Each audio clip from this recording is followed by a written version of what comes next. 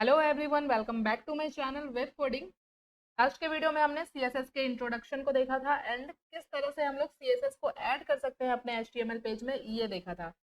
And आज के इस वीडियो में हम लोग सीएसएस के एक नए टॉपिक के बारे में सीखेंगे जो कि बेसिक टॉपिक है बट बहुत ही इम्पोर्टेंट टॉपिक है। इस वीडियो में हम लोग सीएसएस सेलेक्टर्स के बारे में सीखने वाले हैं। तो सेलेक्टर्स क्या होता है, इसका क्या इंपॉर्टेंस है, ये हम लोग आज के इस वीडियो में देखेंगे।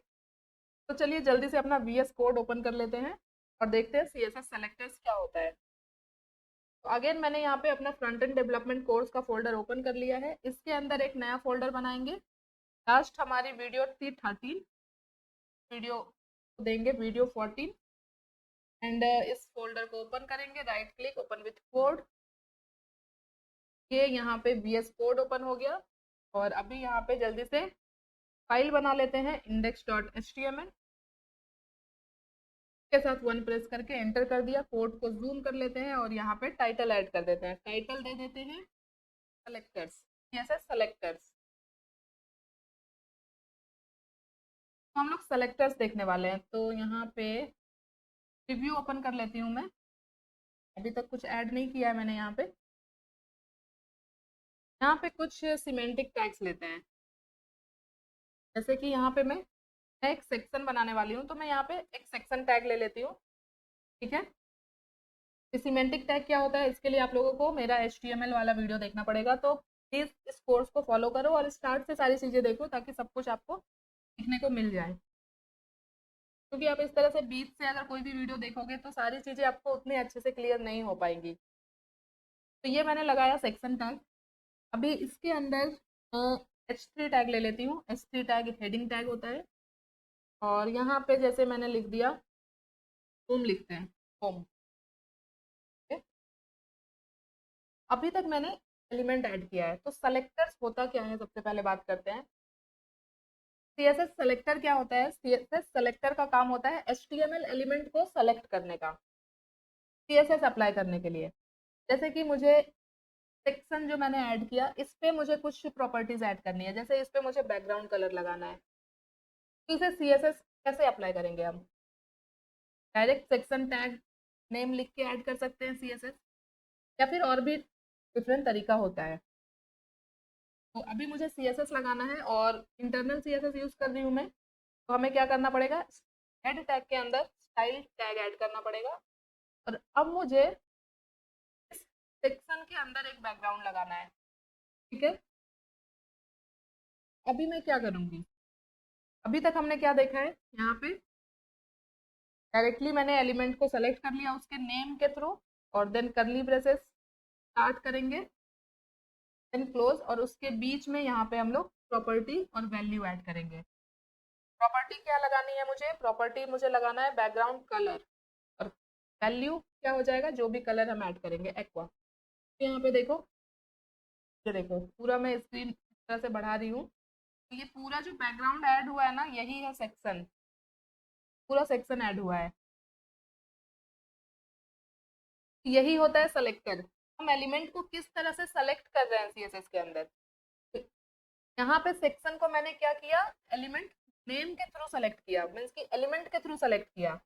इसे हम लोग बोलते हैं एलिमेंट सेलेक्टर। जब हम किसी HTML एलिमेंट को डायरेक्टली उसके नेम के थ्रू सेलेक्ट करते हैं, उसे हम लोग एलिमेंट सेलेक्टर बोलते हैं। यहाँ पे CSS में कमेंट करने का जो सिंटेक्स होता है वो आप लोग देख सकते हो, बैकस्लैश देन स्टार, और उसके बाद जो भी आपको कमेंट ऐड करना है वो आप लिख सकते हो। उसके बाद फिर से इसे क्लोज कर देना है स्टार और बैकस्लैश से। ये इस तरह से होता है कमेंट ऐड करने का सिंटेक्स CSS के अंदर। तो ये हो गया एलिमेंट सेलेक्टर, जिसके डायरेक्टली यहाँ पे मैंने एलिमेंट को उसके नेम के थ्रू ही स्टाइल किया। जैसे यहाँ पे H3 है, अभी H3 को उसके नेम, एलिमेंट नेम के थ्रू ही मैं यहाँ पे कुछ स्टाइल दे दूंगी। जैसे कि यहाँ पे इसके कलर को मैं क्या करूँ, रेड कर देती हूँ। तो ये क्या हो रहा है, डायरेक्टली हम लोग एलिमेंट नेम के थ्रू सेलेक्ट कर रहे हैं। तो ये होता है एलिमेंट सेलेक्टर। तो एलिमेंट सेलेक्टर का यूज तब किया जाता है जब हमें किसी एलिमेंट पे डायरेक्टली कोई स्टाइल ऐड करना हो। तो यहाँ पे मैंने H3 पे कलर रेड किया, तो अभी जितने भी H3 होंगे ना यहाँ पे, सब पे सेम कलर अप्लाई हो जाएगा। जैसे मैं इसी H3 को यहाँ पे डुप्लीकेट कर दूं, ये देखो सब पे सेम कलर अप्लाई हो रहा है। ये होता है एलिमेंट सेलेक्टर। उसी तरह से हमारे पास और भी सेलेक्टर होते हैं। सेकेंड जो सेलेक्टर होता है वो होता है क्लास सेलेक्टर। क्लास सेलेक्टर क्या होता है, पहले मैं इसे कमेंट करती हूँ। हमने इस HTML के अंदर आईडी और क्लास पढ़ा था, तो यहाँ पे जो भी H3 मैंने ऐड किया है ना, इसके अंदर अभी मैं टेक्स्ट चेंज कर देती हूँ फटाफट से। ये मैंने चेंज कर दिया। अब क्लास एट्रीब्यूट क्या होता है ये मुझे आपको अभी यहाँ पे बताने की जरूरत नहीं है।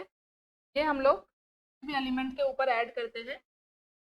जब हमें सेम प्रॉपर्टी मल्टीपल एलिमेंट में लगानी होती है तो हम सेम क्लास के थ्रू सारे एलिमेंट को ग्रुप कर सकते हैं।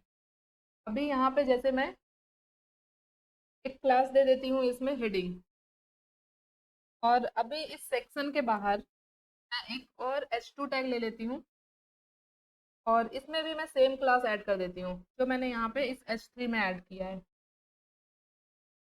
और यहाँ पे टेक्स्ट भी ऐड कर देते हैं। तो देखो अब ये एलिमेंट अलग है और ये एलिमेंट अलग है, बट दोनों में क्या है, क्लास सेम है। अब CSS के अंदर हम लोग जब किसी एलिमेंट को उसके क्लास के थ्रू सेलेक्ट करते हैं उसे बोलते हैं क्लास सेलेक्टर। तो अब क्लास के थ्रू सेलेक्ट करने के लिए एक सिंटेक्स होता है। जब भी हम CSS में क्लास के थ्रू किसी एलिमेंट को ऐड करते हैं तो सबसे पहले हमें ऐड करना पड़ता है डॉट। उसके बाद जो भी क्लास नेम है, क्लास नेम क्या है, हेडिंग, एंड देन उसके बाद फिर से जैसे हम लोग करली ब्रेसेस ऐड करते हैं ओपनिंग एंड क्लोजिंग, और उसके बीच में प्रॉपर्टी ऐड करते हैं। अभी यहाँ पे फिर से ऐड करते हैं कलर, तो यहाँ पे अभी कर देते हैं ब्लू। यहाँ पे चेंजेस दिखा आपको। मैंने क्या किया, यहाँ पे क्लास को सेलेक्ट किया। किसी भी एलिमेंट को CSS में क्लास के थ्रू सेलेक्ट करने के लिए हम लोग डॉट का यूज करते हैं। डॉट, उसके बाद जो भी क्लास का नेम दिया है आपने वो, और उसके बाद फिर करली ब्रेसेस, देन प्रॉपर्टी और उसकी वैल्यू।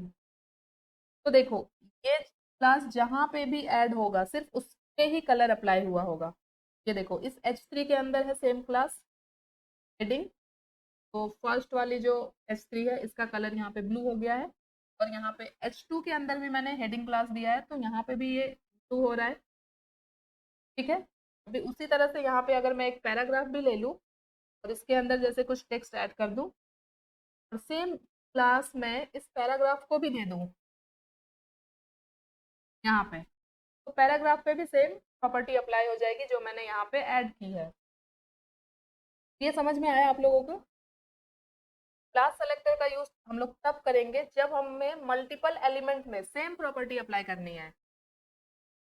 इसके लिए हमें सारे एलिमेंट में सेम क्लास ऐड करना पड़ेगा। ये हो गया क्लास सेलेक्टर। अब हम लोग देखते हैं नेक्स्ट जो कि होता है आईडी सेलेक्टर। यहाँ पे मैं ऐड करूंगी आईडी सेलेक्टर। ये हो गया थर्ड। ये भी कमेंट आउट कर देते हैं। आईडी सेलेक्टर क्या होता है, जैसे हमने क्लास देखा वैसे ही हमने आईडी के बारे में भी पढ़ा है। आईडी एट्रीब्यूट, जब हमें किसी एक एलिमेंट पे कुछ स्पेसिफिक प्रॉपर्टी अप्लाई करनी है वहां पे हम लोग आईडी का यूज करते हैं। अभी यहाँ पे ये जो सेक्शन है, यहाँ पे डायरेक्ट मैंने एलिमेंट के थ्रू सेलेक्ट किया था, ये मैं यहाँ पे पहले तो मैं कॉपी करती हूँ इसे और उसके बाद इसे कमेंट कर देती हूँ। अभी देखो ये सेक्शन वाला बैकग्राउंड चला गया है। अभी मैंने यहाँ पे एलिमेंट के थ्रू इसे स्टाइल किया था। सपोज मैं यहाँ पे सेक्शन के अंदर एक आईडी ऐड कर देती हूँ, और आईडी में आप लोग कुछ भी नेम दे सकते हो, बट कोशिश करना कि कुछ रिलेटेड हो ताकि कोई और भी अगर आपका कोड देखे तो आपको समझ में आए। तो यहाँ पे आईडी मैंने सेक्शन ही दिया है। अगर कंफ्यूजन है तो यहाँ पे मैं लिख देती हूँ मेन सेक्शन। क्या लिखा मैंने, मेन सेक्शन।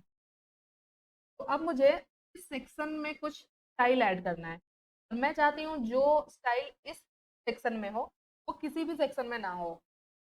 तो हम लोग क्या करेंगे, इस सेक्शन में हम लोग एक आईडी देंगे। और जैसा कि आप लोगों को पता है आईडी हमेशा यूनिक होती है। हम लोग मल्टीपल एलिमेंट में सेम आईडी नहीं देते हैं। तो आईडी के थ्रू सीएसएस में एलिमेंट को कैसे सेलेक्ट किया जाता है, उसके लिए सिंबल ऐड करते हैं सबसे पहले हैश, और उसके बाद जो भी आपने आईडी दी है वो आप यहाँ पे ऐड कर दो इस तरह से। और अब यहाँ पे जो मैंने यहाँ पे लगाया था प्रॉपर्टी बैकग्राउंड कलर, से मैं कॉपी करूँगी और यहाँ पे इसे ऐड कर देती हूँ। तो देखो ये फिर से वैसे ही ऐड हो रहा है। ये होता है आईडी सेलेक्टर। क्लास सेलेक्टर में क्या होता है, डॉट के साथ सेलेक्ट करते हैं क्लास को और आईडी को हैश के साथ सेलेक्ट करते हैं। नेक्स्ट हमारे पास आता है यूनिवर्सल सेलेक्टर। यूनिवर्सल सेलेक्टर क्या होता है, यहाँ पे पहले मैं कमेंट ऐड करूंगी, पूरा सेलेक्ट करेंगे कंट्रोल बैकस्लैश। यूनिवर्सल सेलेक्टर को डिनोट किया जाता है स्टार आइकन के साथ, उसके बाद देन करली ब्रेसेस।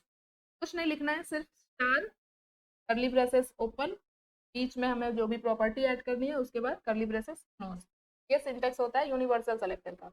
अब यूनिवर्सल सेलेक्टर में होता क्या है, यूनिवर्सल सेलेक्टर क्या करता है, एचटीएमएल के अंदर जितने भी एलिमेंट है सबको टारगेट करता है, सारे एलिमेंट को एक ही साथ टारगेट कर सकते हैं।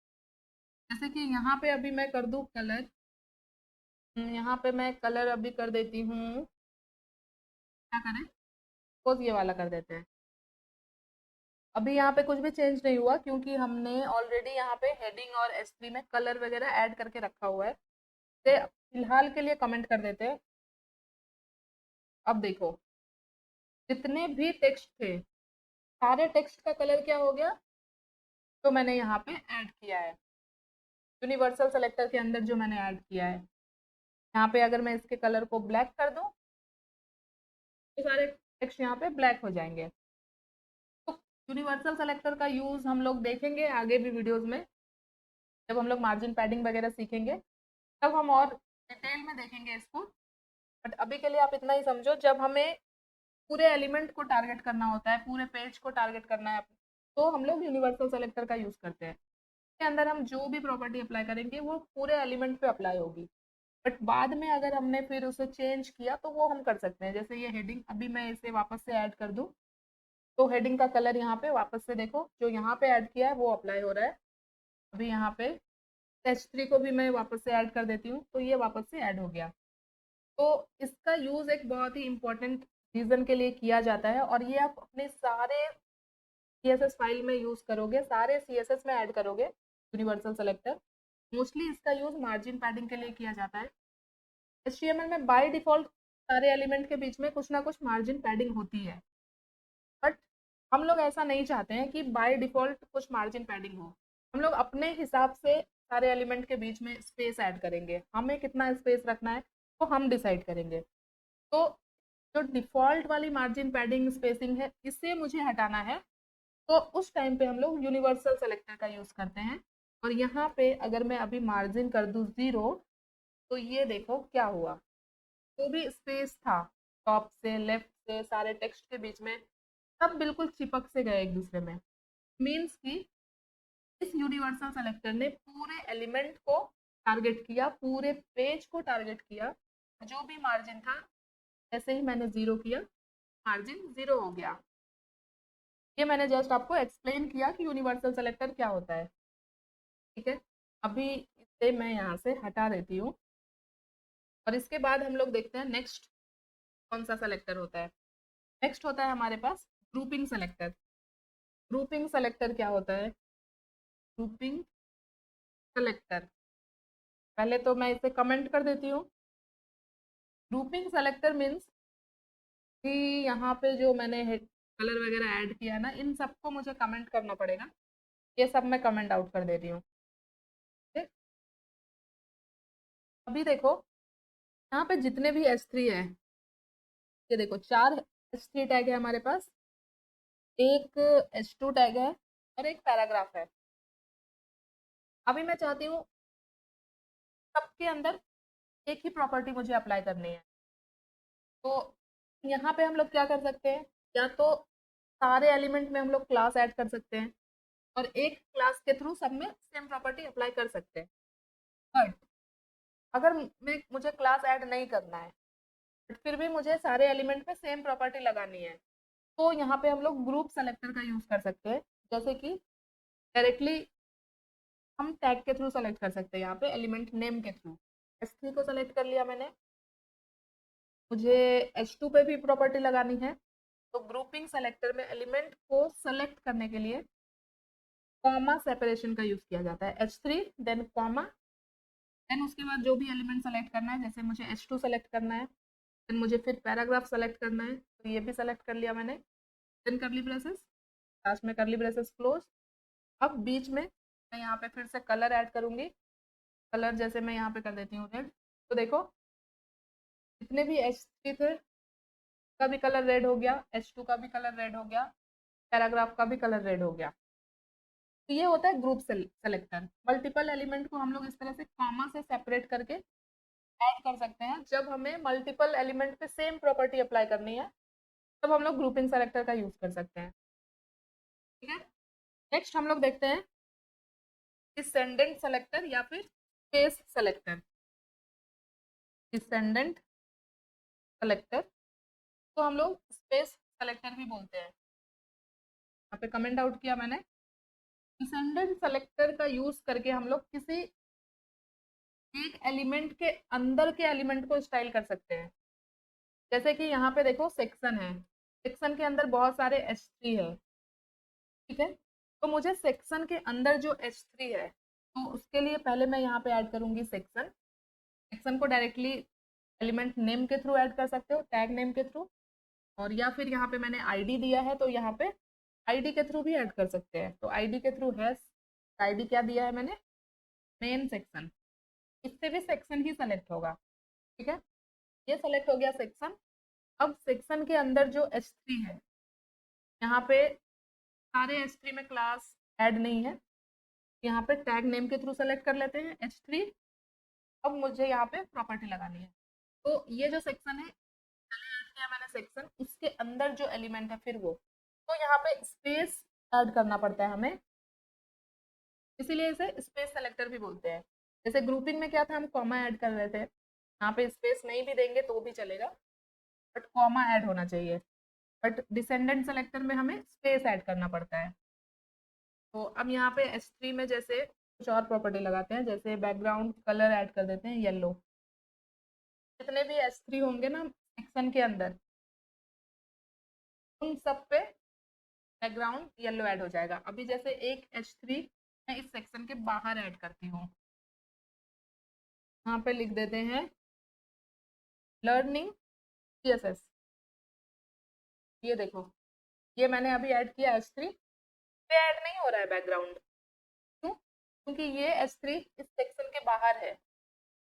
ये देखो, सेक्शन के अंदर जितने S3 है उस पे ही बैकग्राउंड येलो ऐड होगा, कि यहाँ पे पहले मैंने मेन क्लास को ऐड किया है।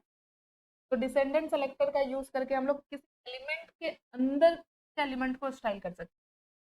आई होप आपको ये सारे सेलेक्टर्स अभी क्लियर हो गए होंगे। तो आई थिंक इतना आप लोगों के लिए काफ़ी है। तो आई होप कि ये वीडियो आप लोगों के लिए हेल्पफुल रही होगी। और अगर आप लोगों ने अभी तक इस प्लेलिस्ट को एक्सेस नहीं किया है तो प्लीज़ प्लेलिस्ट को एक्सेस कर लो, चैनल को सब्सक्राइब कर लो। वीडियो अच्छी लगी हो तो वीडियो को लाइक कर देना, जितना हो सके इसे और लोगों तक शेयर करो। मिलते हैं नेक्स्ट वीडियो में।